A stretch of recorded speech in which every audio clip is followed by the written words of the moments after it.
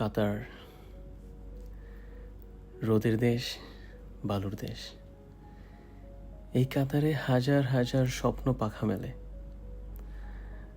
আজ যে পথে আমি সাইকেল চালাচ্ছি, এই পথেই ছিল আমার সংগ্রামের গল্প। চলো শোনাই তোমাদের সেই সংগ্রামের কিছু অংশ। গ্রামের মাটির ঘরে জন্ম আমার, চারিদিকে সবুজ, মাঝখানে ছোট্ট একটা জীবন, যেখানে স্বপ্ন দেখা মানেই ছিল অপেক্ষা। বাবা চাষ করতেন আর মা সংসার সামলাতেন অল্প কিছুর মধ্যেই। আমি পড়তাম আর ভাবতাম, কখন কিভাবে এই ঘর ছেড়ে যাব, কত দূর যেতে পারবো। তারপর বড় হয়ে জানলাম কাতারে কাজের সুযোগ আছে।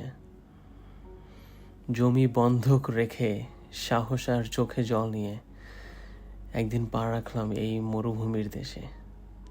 অবশ্য এখন মরুভূমি বললে ভুল হবে। তবুও চারদিকে শুধু গরম বাতাস আর অচেনা মুখ। ভাষা জানতাম না, কাজ জানতাম না, শুধু জানতাম হার মানা যাবে না। প্রথম প্রথম খুব কষ্ট হয়েছিল। রাত হলেই মায়ের মুখটা ভীষণ মনে পড়ত। মনে হতো এই শহরে আমি কেবলই একজন মজদুর। কিন্তু সময়ের সাথে সাথে আমি শিখলাম, এই শহর কাউকে ঠকায় না যদি কেউ হাল না ছাড়ে। ধীরে ধীরে একটা ভালো চাকরি পেলাম, সময় ঠিক 8টা থেকে 5টা। ঘাম ঝরাতাম, কিন্তু মনে শান্তি ছিল। আজ আমি নিজের পায়ে দাঁড়িয়েছি।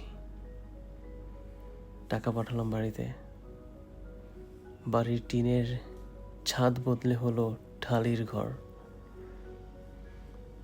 বাবার মুখে হাসি, মায়ের চোখে শান্তি। তারপর বিয়ে করলাম আমার ছোটবেলার প্রিয় সঙ্গী রূপাকে। ওর সঙ্গে আজও অনেক স্বপ্ন দেখি। একদিন তাকে নিয়ে এই কাতার ঘুরবো আর বলবো, দেখো, এই বালুর দেশেই তোমার স্বামীর সংগ্রামের গল্প আছে। এই কাতারে হাজারো মানুষের মাঝে আমি এক সাধারণ মানুষ। তবুও আমার ছোট ছোট সাফল্যগুলোই আমার পরিবারের কাছে বিশাল প্রাপ্তি। এটাই আমার পথ, আমার যুদ্ধ, আর এটাই আমার জয়।